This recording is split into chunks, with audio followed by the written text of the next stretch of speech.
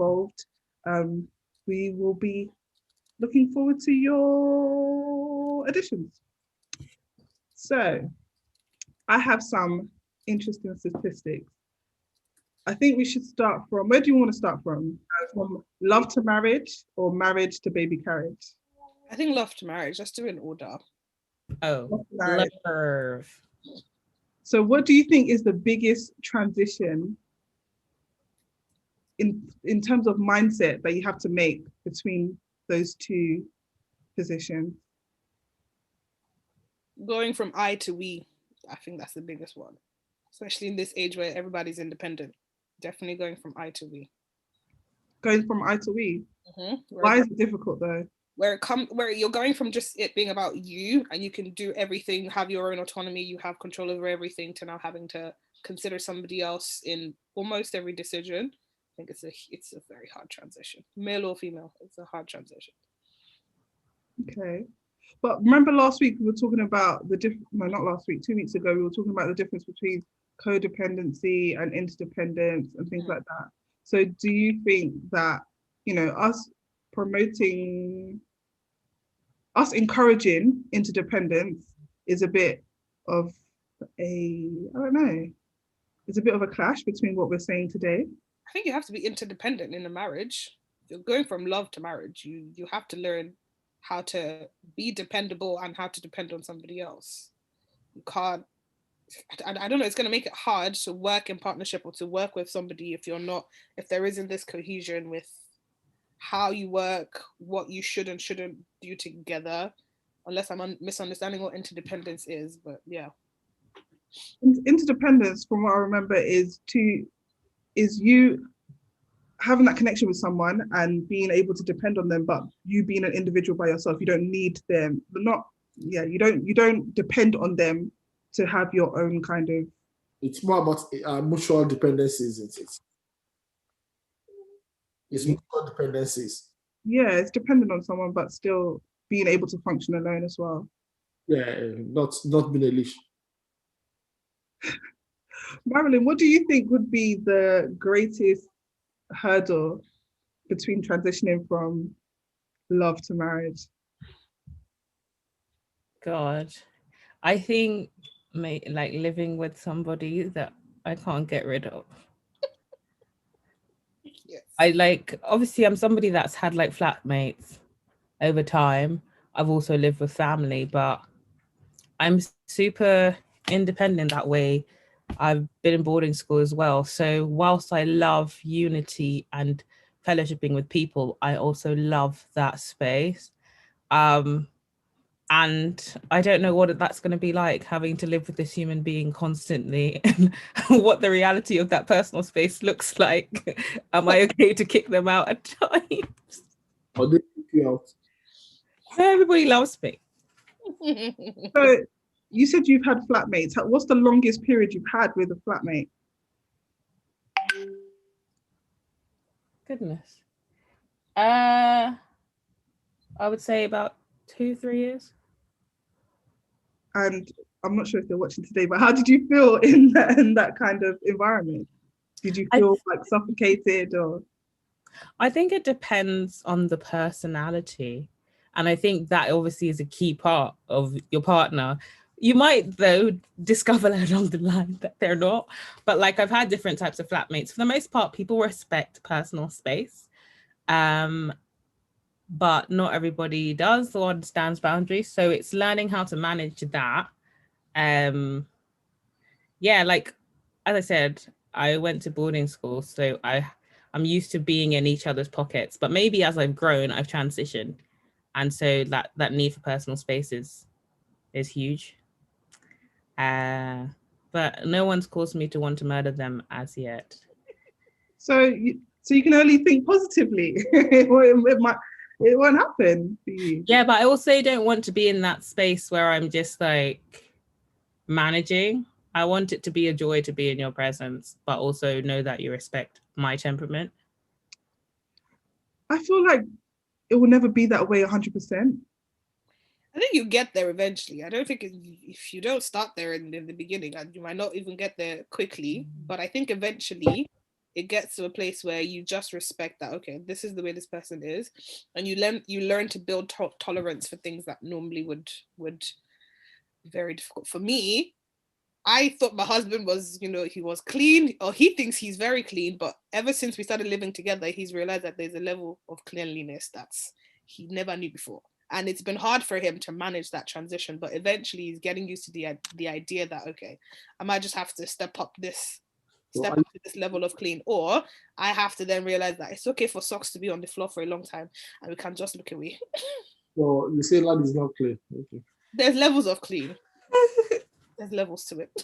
You still did not deny that. So I don't know, she has OCD. from outside looking in, obviously you've experienced a lot of different relationships and that transition between the two. I mean, even using your own experience, what do you think was the greatest hurdle that people need to be aware of? So there are two sides to this thing. Number one, before you get married, you must be an individual. You must be sufficient in yourself, right? So that also means that you must be independent. And yet when you are getting married, you need to be dependent to that person. But then how do you do a transition? That's where the challenge is, right? You must be sufficient in yourself. You must love your own company, right? And whatever the other person is bringing in, it's completely rather than filling a part or a void. Does that make sense? So it's that transition that has been most difficult, I think, with myself or anybody, because there's a part that you can become too independent at the expense of your home. And that was the side that I was when I got married. I was a very independent person, right? I just do things without having to consider the next person to me. And that caused a lot of friction in the beginning. Right? I had to relearn what interdependence is. Yeah. In terms of preparing, do you think you can prepare to learn interdependence before you actually start marrying or dating somebody? So what I always say to people is that everything and everyone that God brings across your way, or every relationship that God brings across your way, is preparing you for life in marriage. So if you think that your mom is difficult, wait till you meet your mother-in-law. Pastor, speak good things. No, but it's true. You don't know what you're going to get. It's true. All these things are preparing you for life for later. In fact, I like saying that she's been with roommates or flatmates, and some are, they are also preparing you for how it might be later. And rather than just all of us complain about our relationships, what we should do is look at how best to manage this relationship so that if it comes up later, peradventure it comes up later, you will still be able to manage it in marriage. So that's the advice I always give to people. I've been in instances where sometimes you just have to take a step back, I think, and think your reaction to things, is it necessary? So me being me, I like my things in a certain place. But then I stopped to ask myself one day, because the person I was telling, I think it was my cousin at the time, got very upset that, maybe she put the towels in the wrong place. And I had to ask myself, I actually caused hurt to someone because of a face towel or because of a towel. Does it really, in the grand scheme of things, does it really matter? Or, when I'm putting things together and I don't like to involve people, like even at work, you can't function that way. You need that togetherness. And sometimes you have to allow people to do things the long way so that they can learn too, because you're robbing them of the opportunity to learn. I think that's a good point, because I think that as well, like getting really annoyed about little things. However, you also need to balance it with people respecting you, because I know people that literally will go mad over things, but they will do it to you. And you need to check the balance, because for me, I'm just like, let's not play that game. I'm respecting you in your space, respect mine. Well, the other side of it is this. Oh.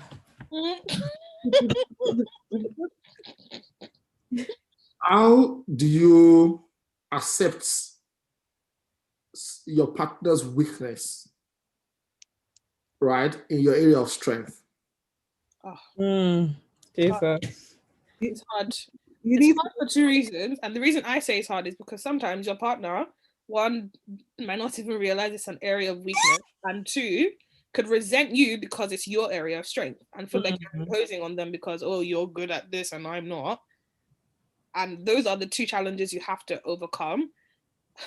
How I've been working on it is communication. You just have to talk about it. You have to help them see that we're a partner and we're partners in this. So if it is my area of strength, just depend on me in this area while we're working on it with you. If it's your area of weakness, don't look at it as an imposition, or don't look at it as if I'm trying to threaten you or whatever the case may be. Correct. You might be looking at that from only the areas of the things I want to achieve. Let me give you a little example. Where you put the remote or how your bedroom needs to be, right? It might be one person's strength that, oh, when I wake up, you have to make the bed. Yes. Right? Meanwhile, the other person does not even, you know what, why are we making bed? Come back into it. You know, just so how do you balance that out such that it doesn't cause friction in the home? Will you keep accepting that, oh, I will have to be the one making the bed? Oh, no, that's what I'm saying. So it's part of communication, right? So because again, it's a similar thing that happened with cleaning. It's always cleaning in this house. Cleaning. So we had to have a conversation like, look, okay, yes, me, I'm a clean freak, and you just like things to be tidy, but I can't constantly be going around with a toothbrush scrubbing everything. Please be conscious of X, Y, Z. And as you continue to have this conversation and understand that somebody likes something a certain way, you can sort of adjust yourself a little bit to meet them, while also the other person adjusts a little bit to meet in the middle. So if I can't make the bed every day, don't be angry, but I'll try the days that I can. Can I ask you part B to that question, alright? Okay. What happens when Jacob now comes and Jacob takes after the father? We train Jacob. No. So that the reason why I brought that up was I was like that when we got married, right? Because I was independent. If I get home and I put my remote there, I just expect to come back and meet that same remote there. You get it? I like to meet my things where I left it, right? And when it was myself and my wife, we're having the discussions and everything was there. But when Joshua showed up,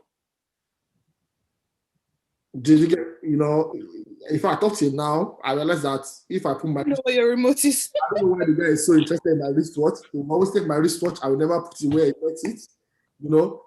But I wouldn't expect that change from him at an early age, right? And what I realized is that you must always ask yourself one question: is it mission critical? If it's not a mission critical item to the marriage, then you must also be able to be tolerant at times. It's a journey. My thing is, you know, in church we focus on, you know, being morally correct, right? And, you know, learning patience. Why is it difficult to apply that to life? As in, why is it difficult if we learn about patience back to back, we learn about humility back to back, we learn about, you know, long suffering and stuff. Why is it so difficult to apply it to everyday life, or apply it to periods of marriage as well? Learning is easy. When you have to do something that's pinching you and hurting you, it's not nice. Learning is easy. I can absorb the information and it can even make sense to my brain, but when my body has to actually do it and it's hurting and it's painful and I have to die to that pain, it's hard. Yeah, but I've actually seen people have patience outside of marriage, and then when they get into marriage, it's like they lose all the patience that they had. And I just understand, because you were that person before marriage. So what happened for you to now be impatient? Overexposure. I was actually going to use that example because it's something I'm realizing lately, right? I didn't, you know, at times you look at yourself in the mirror to see who you are. I realized that when it comes to relating with everybody, I'm this patient person. I will listen to you. I will walk you through. Not everybody agrees by the looks of it. Because they have expended their bandwidth. All the credit that was given to them, they finished it. Anyway, but I realized that with my wife, she's actually the person that I'm most impatient with in this world. Yeah, me too. And I realized that it's only because I have a level of expectation of perfection from her, which really is not real. Where did that come from, though? I just don't know. I think Yeah, it's just close relationships, because I do that with my closer friends and that as well. Like my bandwidth can be just like, why are you doing this? Duh, duh, duh, duh, duh. So I think it has to be with that closeness. Like you put them on the higher echelons of, I don't know why. yeah, I think part of the expectation is you expect that because you're so close to me, you should understand me better than the people who are further away from me. So I don't have to sit down and be explaining everything to you, or I don't have to, I don't know. It's just, for me, I think it's a thing of understanding. Let me ask you, are there people that you've known longer than your spouse? Yes. Would they describe you in the same way? I don't think so, because see, myself and my wife, we see each other, we live together with each other, and these are the transitions that's important, isn't it? Because listen, the minute I leave work and I get home, we sit in the living room until it's bedtime.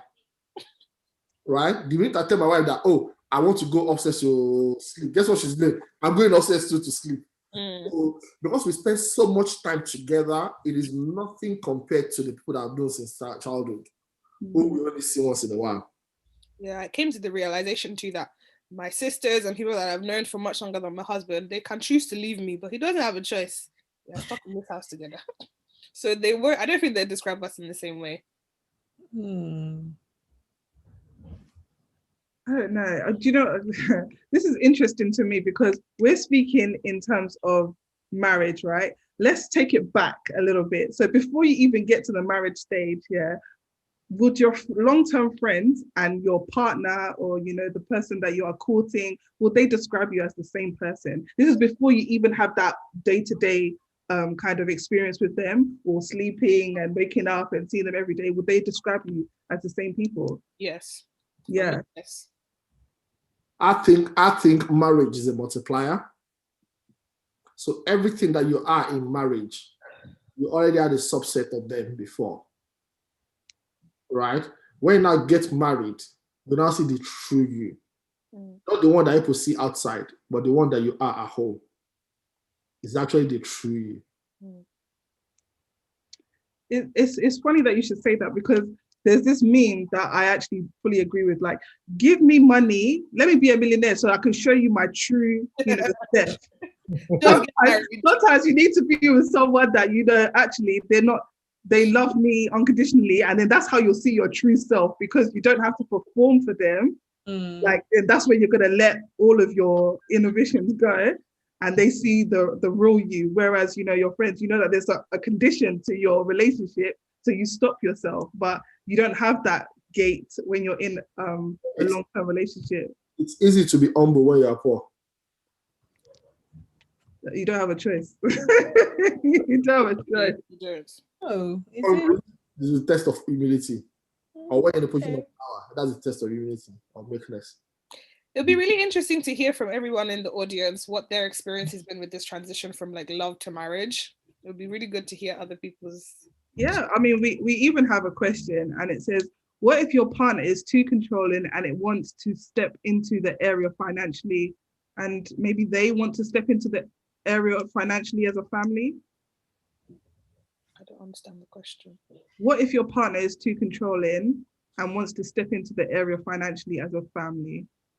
So is it that they want to manage finances, or what? Whoever wrote that, if you don't mind, just rewrite it again, please, so that we can have clarity. Now, let me ask you guys questions a bit. Who wants to go first? Not me. Me either. I've answered enough questions. All right. Transitioning. All right. Yes, ma'am. So how were you able to transition from, I'm not talking about marriage now, before marriage. After you met Laddie, how was the transition like? Depends in what area. Like, I don't even know that there was. Was it like accepting him as this person that will have a bit of impact in your life? Oh, I don't think I struggled with that transition. I think for me, the struggle was, what impact am I having in his life? That was the struggle. Okay, so how did you manage that? I think it was eventually that it was God that eventually showed me where I would have an impact in his life, because I don't think he himself knew where he needed help. So I think it was just having to get to the point where God showed me that, okay, this is where this guy needs your help, or this is where your strength would come to play in his life. Oh, you don't mind me asking you a question? Sorry, like, sorry, wait. You don't mind me asking? After when we say this God, when we put God equation in, we just lost a lot of people. So how do I show you? Or tell me if I'm just listening now, what can I do to? Well, I started to see areas in his life that he didn't see as a problem, but for me straight away were a red flag that this is not the best way to do things, or this is not the right way to handle this, or you can't continue to ignore this area of your life. So those are one of the ways that God showed me. And then just paying more attention to the way he dealt with, when I got about the butterflies and all that love, paying more attention to the way he dealt with things, or the way he reacted to things, is where I started to see that, okay, you need my help.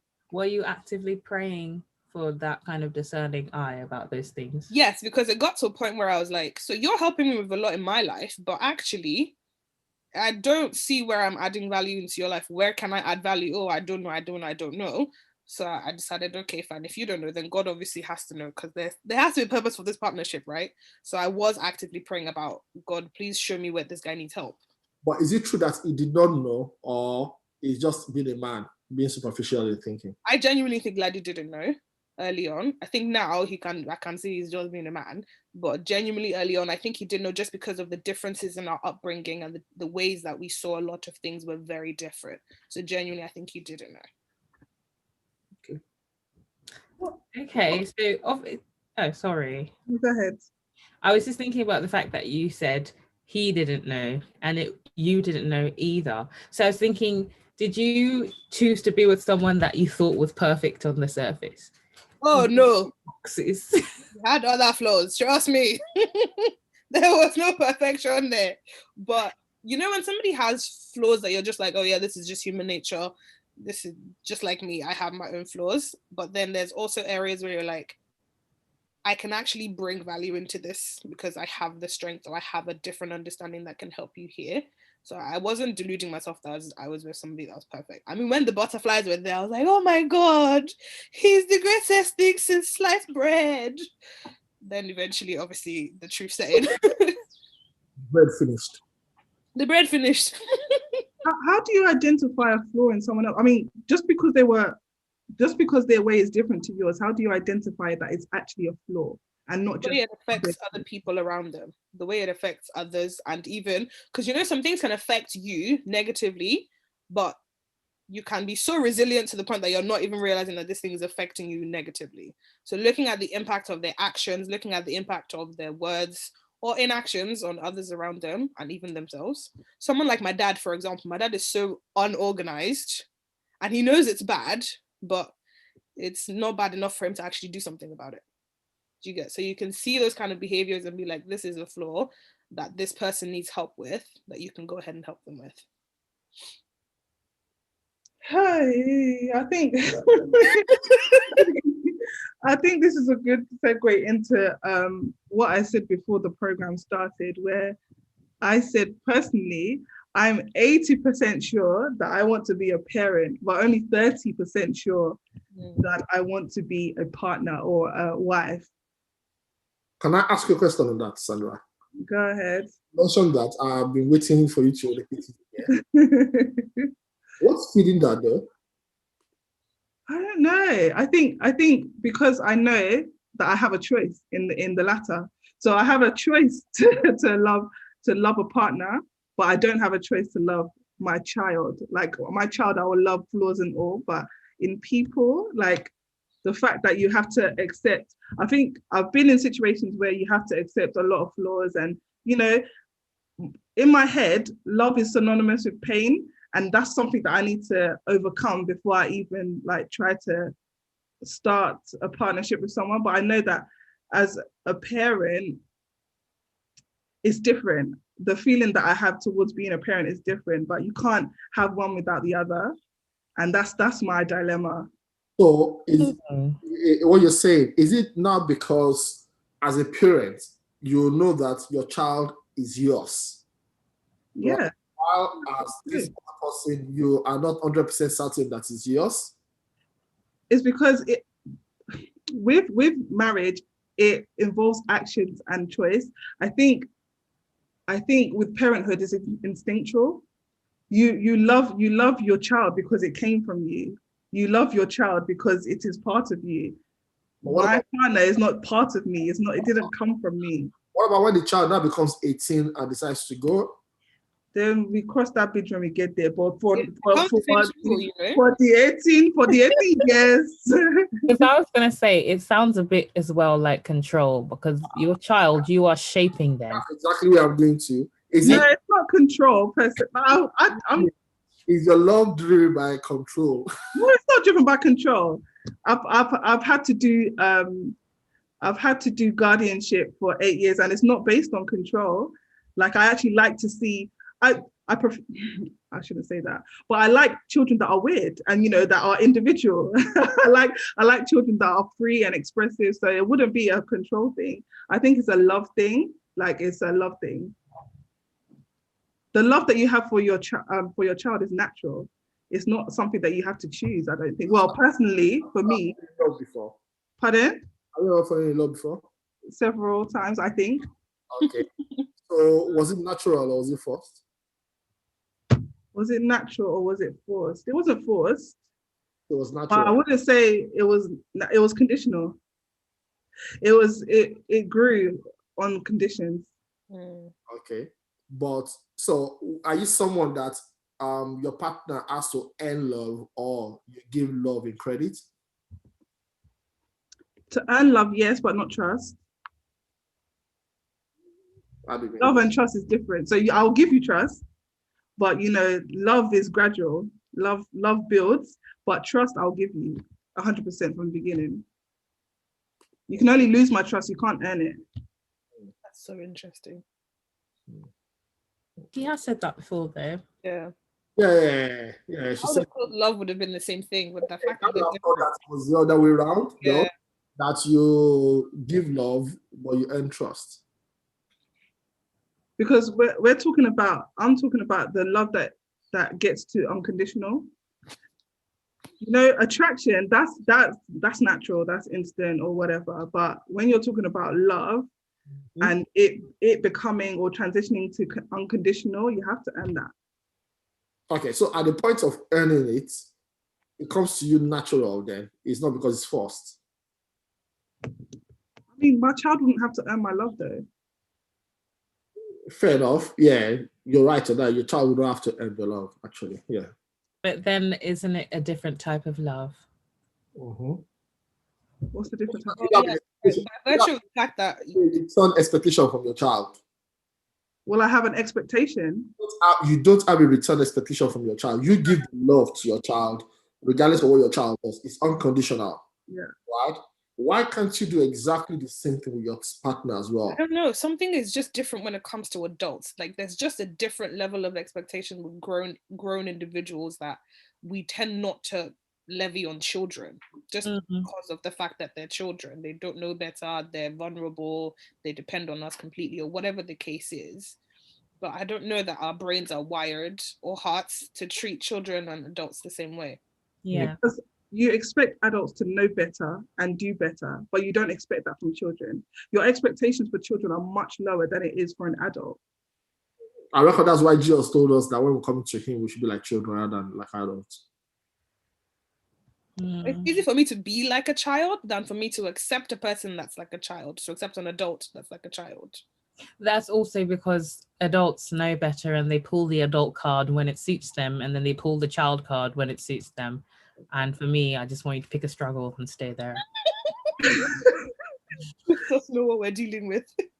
So I think now we need to get to the third transition, or the second transition, third, whatever, where you go from marriagehood to baby in a carriage. And I think that a lot of our teachings actually focus on the transition between love and marriage and healthy marriage, but it actually doesn't focus on parenthood. And the thing about parenthood that scares me is that there's so many adults walking around with childhood trauma.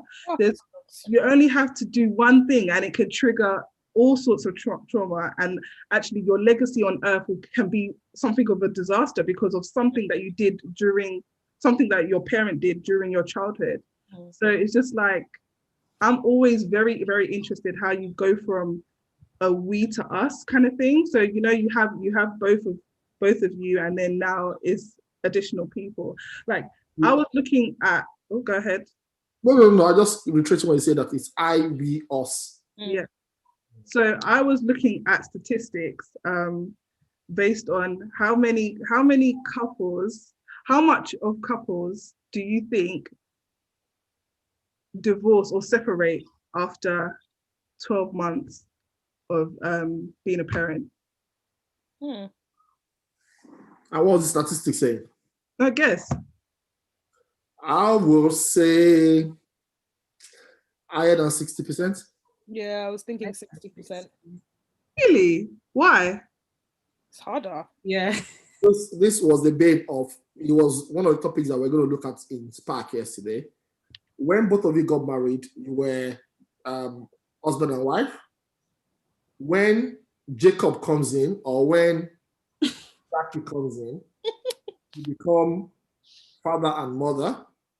What can happen is that Jack or Jacob, or Jackie or Jacob, all the energy, and if you don't know how to manage it, you're going to forget the part of husband and wife. And from that point on, you're going to start running the race of father and mother without actually nurturing the base. And that's what causes it. But you know how we have premarital counseling? Do we have pre-baby? Pre-baby counseling? Marital counseling, actually.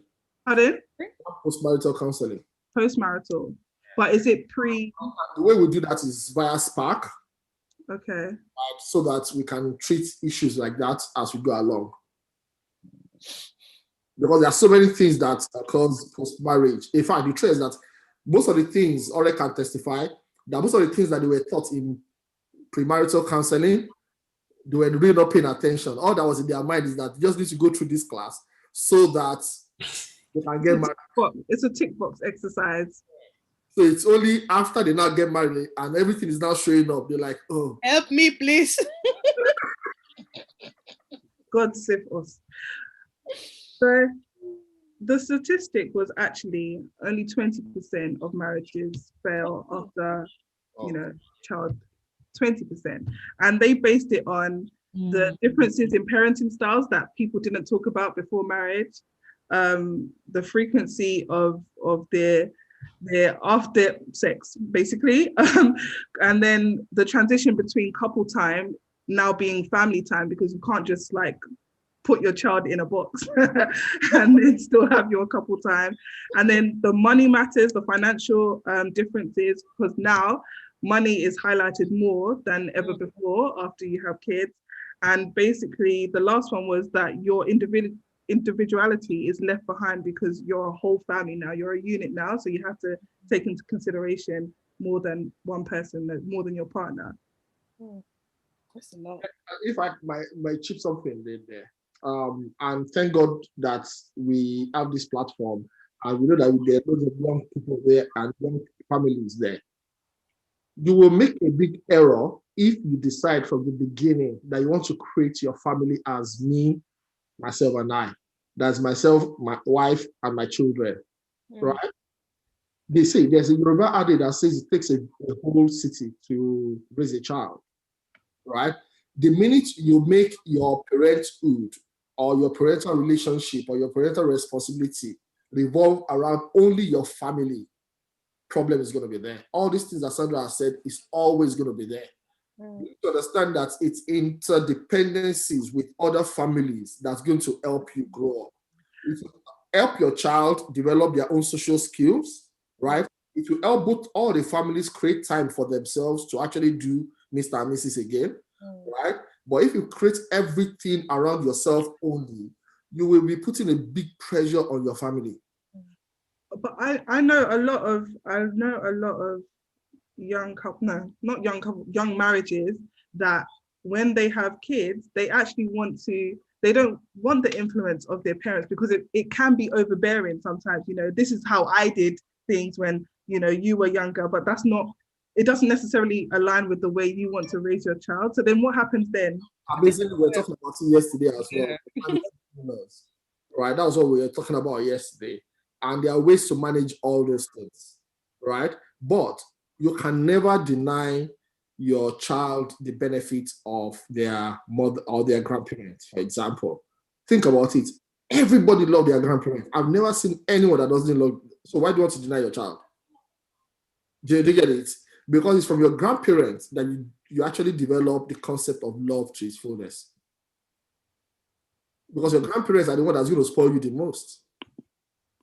Not always. They're alive. Okay, oftentimes your grandparents, if they are opportune, will spoil you very, very well. So why deny your child of that? But them spoiling you could actually cause a conflict between not you as a child, but both parents. It's not dependent on your parents, how they're going to manage their own parents. You cannot take that relationship away, but you just need to learn how to manage it. So when you get married, you come for spark. It's not an easy thing to do, and I think it's something you have to start setting boundaries on now before part of this transitioning. You start setting a boundary before you meet your in-laws or before you introduce your person that you are dating.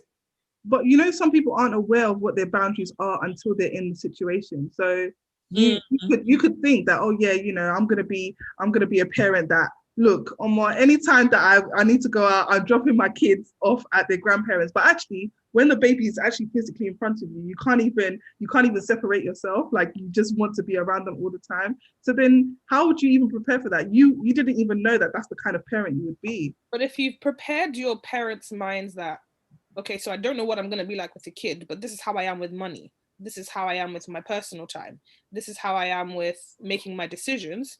When you come to have a child, it shouldn't be news to your parents or whoever it is that you're dealing with that, okay, this is how I want to be with my child and please respect that boundary. So it's not about the specific situation.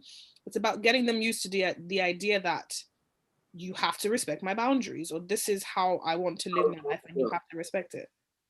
And the minute, if you're telling your mom that this is how I want to, right? It might cause a lot more friction, but you must let use the word we. This is what we want to. It makes you guys stronger. And better. They argue less. Wait till this afternoon, Marilyn. The minute you start using the word we, you realize that they start pulling back a bit. In the first place, they will fight back, thinking that, oh, it's your husband that is now trying to. But the minute, oh, mommy, it's not about my husband. This is what we agreed. You get it? Then they'll start respecting it over time. But it's a battle that you have to win at the early part of the relationship. Something that's come to me while we were all speaking is that a lot of our life we live in theory. We live like, okay, if this happens to me, then this is what I'll do, and this is the kind of person that I am, and when I'm in this situation, this is how I'm gonna be. What happens? I mean, if people are ever changing, how do we even manage these transitions? Because you might think of yourself as one type of wife, or one type of wife version, and then one type of parent version, but you're transitioning through the phases, and actually you're changing like your core values or beliefs because you've been put in a situation where you've had to adapt. So what happens then? What happens when the person that you love is actually changed to someone that like is not even familiar anymore? Lion of the tribe of their house. Yeah, you're right. This is the reality of life. All of us change, and we manage it on the go. Because even myself, the things I used to like, I might not like them again. In fact, this concept of love language actually also changes. Yes, it does. So when you look at it, that one of the characteristics of living things is adaptability, right? A response to changes around, right? I always liken marriage to living things. Your marriage will always also respond things around, influences around, everything that's happening around, it will always respond to it. And you manage it on the go. And I think it's unrealistic to expect that you'll go through these transitions we're talking about and not change. It's you're going to change. The point of you attaching yourself to somebody else is to better yourself and for them to also be better. You're gonna change. Having a child is going to change the way you see things. So it's unrealistic to go into these stages and think, oh, this person I'm with is gonna stay exactly the same, or I'm gonna stay exactly the same. So you have to be open to the chances that they're gonna change, but just pray that they're changing in a good way. And the bedrock of a good marriage is not just communication, honest communication. Right? That you can actually be vulnerable on, hey, this is that you are doing, this is the way it's making me feel, and your partner will not feel as if you are criticizing them, and vice versa. That honest discussions is what will help to adapt to that change. I think some people are raising up their hands. I think I saw a flash. one, but I can't see anything. I saw a flash, but I wasn't. Yeah, I saw a flash too. I will tell Paul. I think it's Paul. Okay, I'm going to take some questions. The first question is, what if your spouse denies your child from visiting your parents because they're not on good talking terms with your parents? So I think what you have done otherwise is that you have used your child as a pawn in the game. The child should not be the one suffering it, right? It is, listen, I almost made that error. It's not about your child. Don't even get your child involved, because after a while, if you don't take time, your child might also realize that, oh, why is daddy denying me from seeing grandma, right? And it might start causing a bit of resentment from your child to you yourself. So it has nothing to do with your child. Don't let that be the reason. What you need to do is to look for ways on how to manage that relationship. It might be that, oh, whenever they come around to come and see their grandchild, you sit in the same place with them. Do you get it? It might be that, oh, you leave the place for them so that there's no, there's no direct communication, right? But you must know how to manage it. But you cannot deny your child of that. But what if you managing it? Because in this instance, how would you even manage it? So you're say my husband doesn't want my child to see my parents because my husband doesn't talk to my parents. What do I do now? Because it's a lose-lose situation. I This same thing I've just said, you're gonna have that discussion with your husband. You're gonna have that discussion with your husband that, oh, I appreciate the fact that, oh, you and mommy don't get along, but please, for the sake of the children, let the children go. I appreciate that you and them are not going along. But you know what? This is what I'm going to do. Whenever they are there, whenever they go to see, in fact, maybe they will not even go and see grandma, but we let grandma and granddad come to our house, come and spend time with them a bit, right? You just reassure him on what you're going to put in place. And I think never use your child as a pawn. I think sometimes it's more important for the spouse that's having this disagreement with the parents to be reassured that you're not taking your parents' side over them.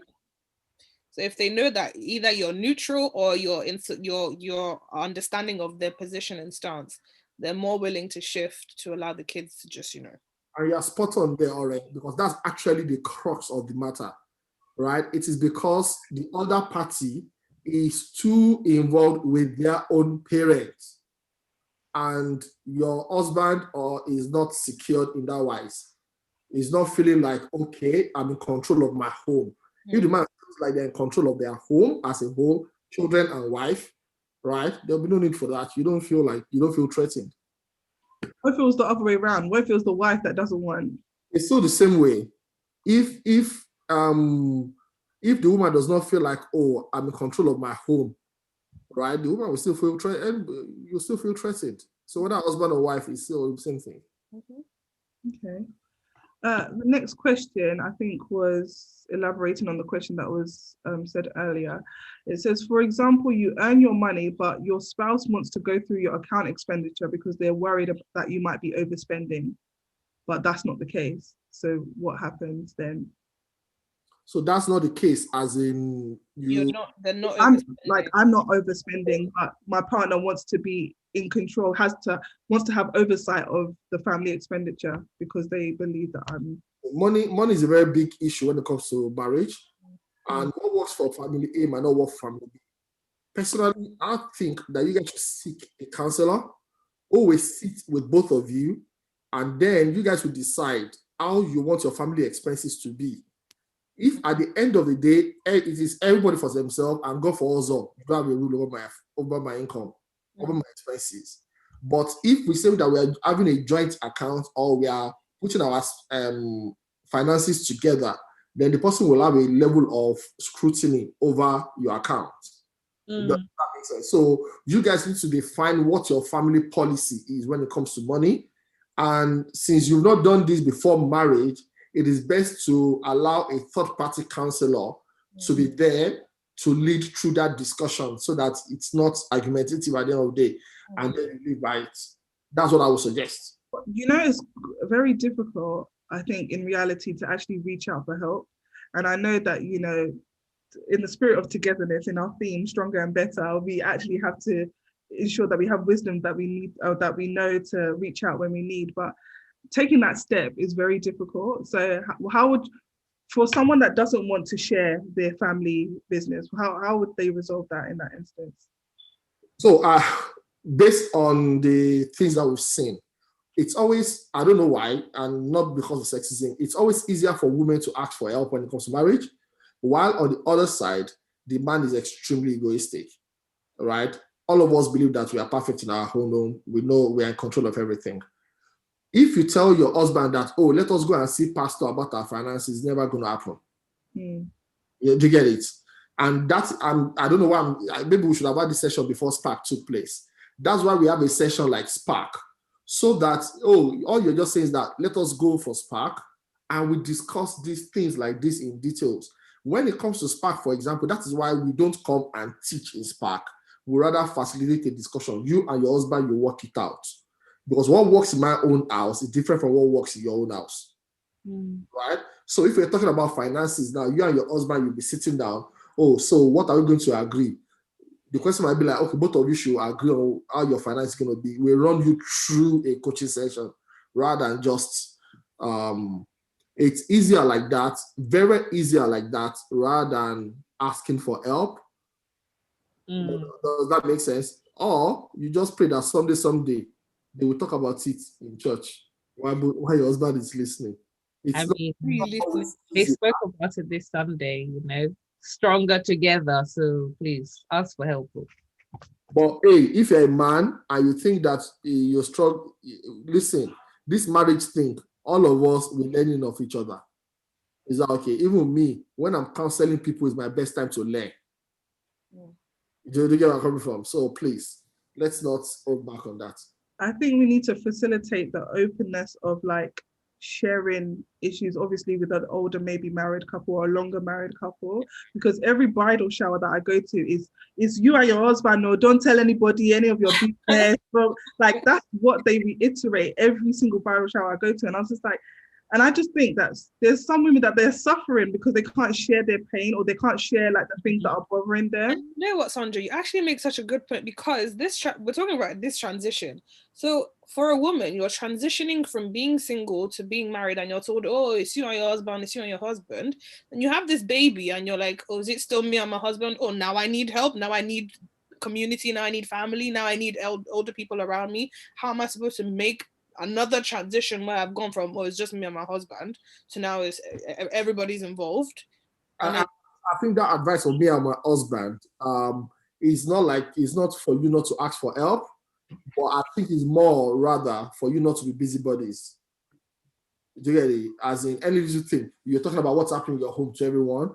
That's what we do. But if it's specifically for help in the right quarters, I think it depends on which generation of people it's coming from. Yeah, I don't think people share their marital topics for gist. You'll be surprised. For gist? Yeah. You'll be surprised. Okay, but yeah. So can you talk to your friends, basically? Like, you know, your friends have known you, they've seen the transition between, you know, you going from love to marriage. Do you think it's unhealthy to reach out to your friends when you need support? The same way that at times it's unhealthy for you to reach out to your parents, because not everything that you're going to reach out to your parents on. And there's some things that it's best to reach out to your parents. The same way, it's not everything that you're going to reach out to your friends on, but at times they might be the best option. The reason why I'm saying that is because think about it, whose side will they take? If there's an argument, no matter what, often, no matter how much the advice seem, they're still going to protect your interests. Again, there's that biasness that still comes in it. And so at times it's better to just take a safe advice, you know, from a place where you know that it's just going to be the pro-marriage. Advices in marriage has to be pro-marriage rather than pro the individual. Pro-marriage first. At times, if, for example, one is beating the other, it's becoming domestic violence, right? If you're keeping pro-marriage, they'll just kill that person, right? So you consider pro-marriage first, right? And if you think that, oh, that might not, in some certain condition, you might have to shift to, hey, you know what, it's better for me to save your life rather than staying in the marriage. I don't know. If I hear any domestic, I'll say, get out. I can't be pro-marriage. Individual. You're pro the individual first then. Yeah. Okay. There's another question. It says, what if the grandparent, sister-in-law, brother-in-law, or cousin has been proven guilty or accused or suspected of wicked intentions towards the husband, wife, or children? I would want to keep my children safe. That's more of a... You're the best judge of that. Listen, I always say, acts of wickedness, me personally, I will forgive you, but you can only be wicked to me once. They get it. You can only be wicked to me once. Well, is that very forgiving? Yes, with wisdom. Am I supposed to what? Continue to put my leg there? I never put myself in that same position. Yeah. To be wicked to me again. Because the next one, I might not survive it. You know, it's as simple as that. So you are the best judge of that. You have to put boundaries. But you must be sure that wickedness is wickedness. Does that make sense? Wickedness is outright going after one person to do evil to that person. Does that make sense? That we are not getting along is not wickedness. Does that make sense? Yeah, I mean, they said proven guilty in this situation, so. And then suspected of. So I mean, it's two different things. If they're proven guilty, then there has to be wisdom. Suspected, let's pray for discernment. There's another comment in the chat box, and it says, when the other spouse is not pulling their weight and it gets too much and one can't take it anymore, so most times it's fundamentally bitterness and resentment because the other isn't doing enough. I think this was in relation to when you said what causes people to leave marriages. And we're talking about why people leave marriages post having children. Yeah. I mean, do you know what I think having kids is one of the greatest legacies that you can have on this earth, because that is actually, you're pouring your love for humanity into a person. Like how they grow up to be adults is like your responsibility. That's your legacy that you've given the world, because when you're gone, they'll still live on, and it's what you've instilled in them that actually will take them further, and what they'll pass down to their children as well. So I think it's so tough. It's such a huge pressure. Can I say something to, I don't know how many men are watching or part of this discussion. The biggest error that you can make at the early stage of raising a family is making the assumption that, oh, because your wife is on maternity leave and you are still working, she has enough time to look after all those things at home. Right? You will lose your wife. You lose everything about your wife if care is not taken. Right? And like that person said, if care is not taken, resentment will start kicking in, because what we tend to do because you still go to work and your wife is doing everything at home, right? You come back from work and you feel like, oh, you are tired, expecting that you've been at home, you should have the food ready, or my support in the house should be limited. Man, you would have gotten it wrong. Okay, right? so Hope, can I? The work that women do when having their children, when all those things that they do during maternity, it's not the same thing as what you do at work. It's a tedious job. They are tired, fucked out. Your child is crying here and there. They are not even sleeping well. Everything is piling up. You have only got to work for 8-10 hours max. Please give a bit more support. Let them also have time to rest, to actually have deep rest. I also should guide somebody who's listening. My question then is, based off of that, the reality is, and I mean, I'm glad you asked how many men are actually listening. A lot of men miss this message. That's the truth. They don't come to these kind of things where they will hear these things that will give them a reality check.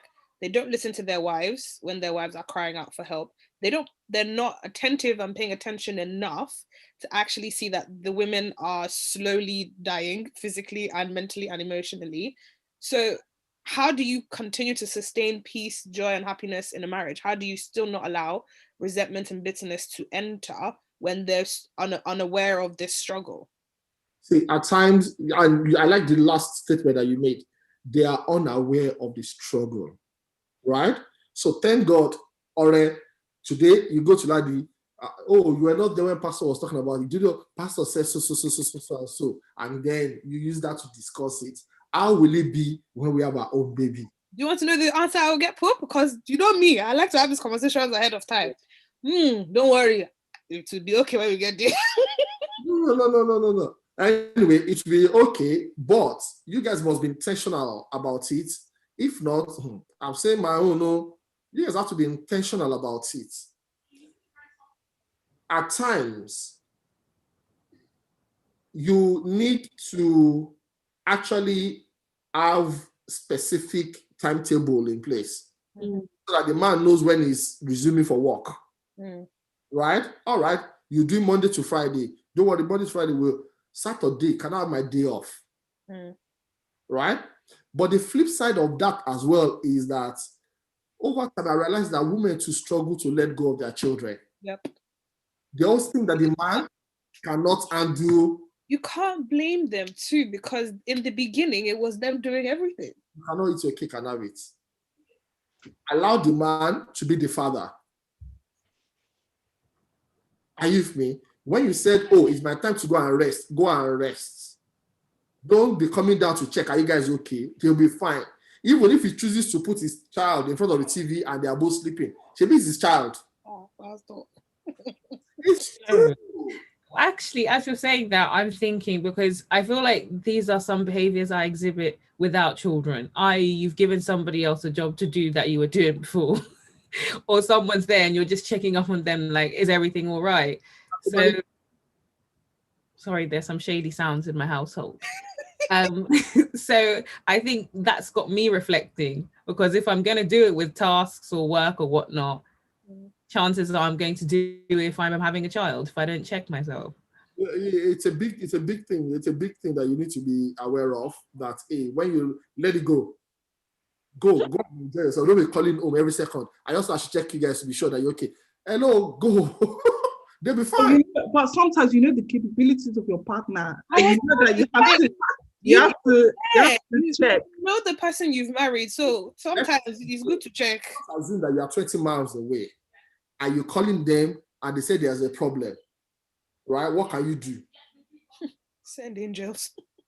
You get it? So don't worry. Take your mind off it. They'll be fine. God forbid there's an emergency when a country that's got A&E. Don't worry. They'll be fine.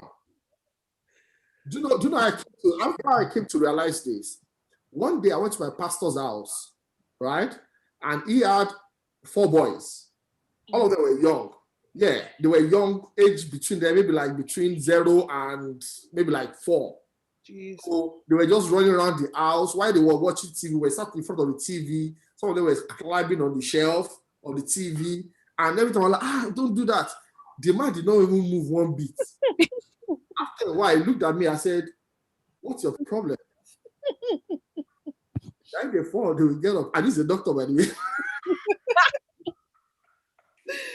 Oh my goodness. Don't worry yourself. Chill. I mean, a chill woman. Learn to let go.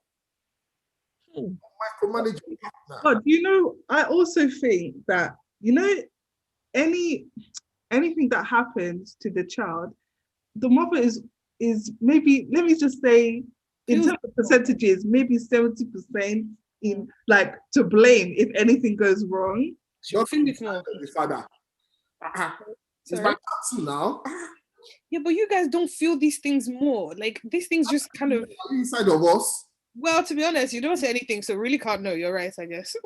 They're not inside of us, so you wouldn't know. I think so. That balance, that shift in women being able to let go, and the reason why you struggle to let go, I know you have this bond with that child for 9 months before the child was even introduced to us, right? So because of that, even after the child was introduced to you, the child was still bonding, seeing you as the milk factory. That's still okay, right? But you must also learn to trust your partner, right? On the flip side, men, your wife is not a machine. Or if you do that, you realize that after the first 2 children, your wife will become old. You will not be as proud of her as you would like to be, and you start blaming her that she's in a particular way. It is your fault. In terms of child rearing, it's not just looking after the child physically. Sometimes I think a breakdown comes between 2 married couples or 2 parents where they're judging the way they love their child is the way that their partner should be interacting and loving their child too. So they'll say things like, "Oh, you don't spend enough time with the child, or you don't do this loving thing with the child," and it's just like, Can we actually do that? Can we judge the way we express love to a child? But that can cause resentment because that's how you measure love. Yeah, you're right. You're very correct. And it shouldn't be, because the way everybody shows love is different, right? As you grow older, oftentimes the child, there are some things, even Joshua, there are some things that he will never tell me. He will go and tell his mother. At times, I'm like, but even things that are manly, how come you can't tell me first? Why are you telling your mother first? But I've come to realize that, okay, that is where that bond is. That's fine. You guys should is okay like that. When it comes to activity, let us play ball, let us do this. That is you and I activity. Do you get where I'm coming from? So you can't judge the other person. You can't judge the way you share love. That's what I mean. If you know that Joshua is more likely to go to his mom about more emotional things, how do you build an emotional bond with him? The emotional bond is still there, but it's not a competition. I would rather it be with whoever you are comfortable with, because one thing that is sure is that whatever I tells the mother, it's still coming to me anyway. So if it feels comfortable going through that channel, that is great. All the better. It's still coming to me anyway, so it doesn't matter.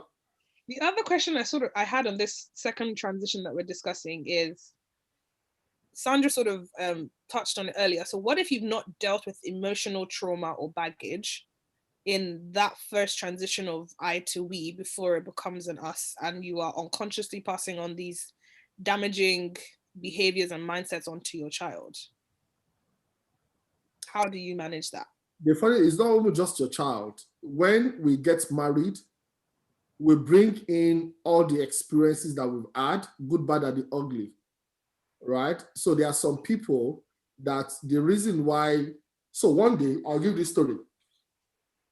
One day I was speaking with my sister, and I realized that, oh my God, I don't have any savings, right? And she too did not have any savings. And it occurred to me that, oh my God, the reason why we didn't have any savings, or we don't know how to save at all, was because we never had reason growing up to save.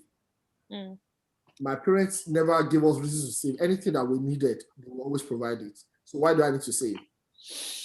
Right? Learning that day I came home and I told Joshua, from today, whether it is our anniversary, birthday, Christmas, you must give us gift from your money. Start saving. Mm. That says that I need a phone now. How much do you have in your savings? I will add to it. Right? That way I'm teaching him on how to save. So what I'm bringing out from it is that if I had not had that thought with my sister, I would have also brought it from back in the days that there's no need to teach him how to save now. Do you get it? The same way we bring our traumas, and at times, out of the fact that we're trying to compensate for the things that we've gone through, we spoil the children. Mm. Isn't it? So there are some people that there's nothing they cannot buy for their children. You see mothers that are nerdy, right? When you see their children, they're already being sexualized at an early age in their dressing. Mm. Do you get it? It is because they could see from their own side that, oh, I grew up a nerd and I don't want my child to be like that. So they're overcompensating. Mm. Do you get it? Parents, if you're a parent and if you are yet to be a parent, listen now. This is the only way me I did it. And this is the only way that I'm trying to. May God help me. Right? I don't want to raise up a child. I don't want to raise my family up in the way I just want it to be raised up. I rather want it to be raised up in the way God wants it to. And I mean that. Right? So if my son does something wrong now in school, for example, I don't just beat him or I don't just smack him or correct him for doing it because it is wrong. Right? I let him understand that, God does not like that. Mm. Right? So wherever you are, God is there anyway when you're growing up. God does not like that. Number two, what you have just done, what impact do you think that's going to have on us as a family? How do you want them to be looking at us in your school? What kind of name are you making for yourself? Do you get it? I relate everything back to him. Who do you want to be? God help us. God help us indeed. God help us indeed. I think we're going to take this as the last question. I don't know if it's a question or a comment. It says sometimes the child is complaining to the other parent about the way they feel one parent is not loving them in their own childlike love language. So the other parent is trying to intervene and tell the other parent to love the child in a certain way. It's poor communication, but it happens. And I speak from experience. Your child might desire more from you, but don't know how to tell you. So, apart from you telling your partner that, this is the way the child feels, because every time you tell your partner that, there's a possibility that, your partner might just be looking at you that, you are the one cooking it up, or you might not carry the same weight. I will also speak to the child and, talk to my child to see, have you just spoken to mommy about it? No, I don't want to talk to her about it. Okay, why don't you want to talk to mommy about it? Because of so. Okay, what about if we do it like this? Because oftentimes when we all parents get the communication from our children directly, it changes us. It carries more weight. That's why organizations or companies that sells children's stuff always sell. Because everyone wants to look good in the presence of their child. It's such, I think that's the scariest transition, in my opinion, from love and marriage. Lads, we'll work it out if we want to, but children, you can't walk away from that. You can't walk away from that, and they're so susceptible to the consequences of your choices. Parents should remember that, whatever you do to your child or you don't do to your child, right, is your old age that you're playing with and your legacy. Yeah, that's the reality of it. Whatever you do or you don't do with your child, you are building up your legacy already at your old age. Yeah. So, someone said some parents are dictators. It's their way or the highway. When they now grow old, they will realize that they are also created another dictator who will also tell them the own way or the highway. My thing is, what if you get with sorry, Sandra. I think just like another perspective with this whole, the child doesn't know how to come to one parent about the way they feel about another, is in the two partners understanding each other.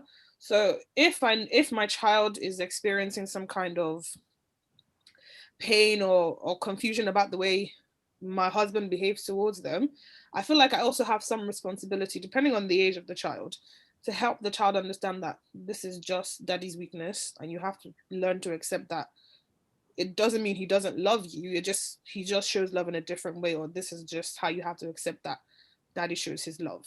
I think there's still room for that, as opposed to, if it's harder to go to your partner, try and help the child understand too, while you're still figuring out how to help your partner understand. That's a good one. Who gave you that expo? Because you went off and came back with this. Comments. Pope, did you feel jealousy when Joshua, had a closer relationship emotionally with Pastor Femi? Then I was wondering why he was doing that, but later I just thought the most important thing is that he's able to voice his thoughts out. But did it ever, the process or the discovery, make you ever feel uncomfortable? No. I'm well secured. Confidence. Not everybody is. Not everybody is, and that can cause a bone of contention between parents. For me, I just understood that, okay. And that also made me to understand, and there are some things as well that it would rather come to me for, right? And yeah, if it's something that is more mechanical, something to do, or if it's academical, it will come to me. Not because I'm smarter than my wife, but I don't know. It just feels that daddy should know. Even physics, I want to be learning all the physics again now because daddy should know. Yeah, daddy. Good luck. I And think the reason that also because I realized that he overtly tries to impress me. You get where I'm coming from? So I'm not, I like to talk to my mother. I think I was going to say, I think probably what also helps you not feel jealous is the fact that between you and your wife, you already know that whatever he says to one comes full circle back to the two of you anyway. So it's not like you're trying to hide information about your child from your partner. And I trust my wife to also be telling me what is right and whatever. And if she doesn't know, she'll come back to me and be like, oh, if you say so, what should I tell you? We're having some great comments. One says you have to be intentional in your relationship with your child, just the way you are with your spouse. Parents underestimate the emotional intelligence of their children. Yes. Round of applause for that one. Absolutely. It would be nice if the person did not put it as an anonymous person, and we can celebrate you much more. Yeah. Does anyone want to make any additions or contributions today? Actually, we should be giving badges to our big contributors. Yeah. Some of them like to be anonymous all the time. There's a medal. We know them. Any new parents, parents to be, or anyone that transitioned between the love and the marriage phase, please, even if you haven't yet, so please contribute. So just put your hand up if you want to speak. Hello, that was me. Wow. I owe you a present. That's fantastic. Hi. Well, goodbye, anonymous. Hello, you have a badge. You have a badge. So, that being said, does anyone want to make any contributions? Put your hand up now, or forever hold your peace. Just claiming things here. Just claiming all the comments. The love language for children will hear you. No, that's actually something that I didn't even think about. Obviously, children are human beings like everyone else, but they could have love languages. And their person must also know their temperament, your children's temperament. Mm-hmm. I was sharing with Ajoke the other day that at the age of less than 1, I knew Joshua's favorite color. Wow. By how? Because when you put his toys down, there's always a color that is more attractive. It's as simple as that. It's paying attention to your child. Speaking of paying attention to your child, what a lot of parents don't realize is that you can't have the same parenting style for every child. It's not a blanket style that you could approach for every child. Every child should be raised individually, or have a different style that suits them. Give them a break, because there's no manual for this thing. It took my mom a while to realize that the approach that she took with me and trying to apply it to my sister was never going to work. It took her a lot, it even caused problems between me and my sister, because she constantly felt compared and constantly felt like, oh, if I didn't do what Ora does, then I'm not a good child. It takes them a while. I think it takes parents a while to realize that just because one turned out this way through this approach It's not gonna work. It All right. might really not work for the other. Wow. You say it takes us a while because you are joining them. So. Sorry, it takes us a while. And now now that I have all this understanding from all of y'all's experiences, hopefully it will not take me a while. Lol.